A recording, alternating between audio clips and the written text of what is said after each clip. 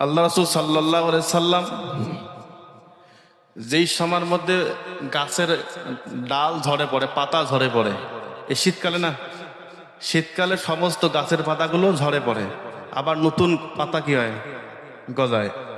রাসূল একটা কাটা ডাল শুকায় গিয়েছে, সাহাবায়ে কেরামের সামনে কাটা ডালটা হাতে নিয়ে এইবার একটা ঝাড়া মারলেন, সঙ্গে সঙ্গে সমস্ত পাতাগুলো জমিনে পড়ে গেল।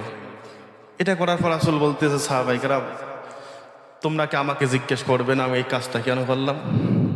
সাহাবায়ে কেরাম বলতেছেন, ইয়া রাসূলুল্লাহ আপনি যে উদ্দেশ্যে করছেন আপনি ভালো জানেন, যদি জলদি করে একটা ব্যাখ্যা করে বলতেন তাহলে আমরা উপকৃত হইতাম। রাসূল বলতেছেন, যেমন ভাবে আমি একটা নাড়া দেওয়ার সাথে সাথে শুকনো গাছের পাতা হলে সব ঝরে পড়ল, আমার কোনো উম্মত যদি নিয়মিত হবে আল্লাহর ভয় নিয়ে, কার ভয় নিয়ে?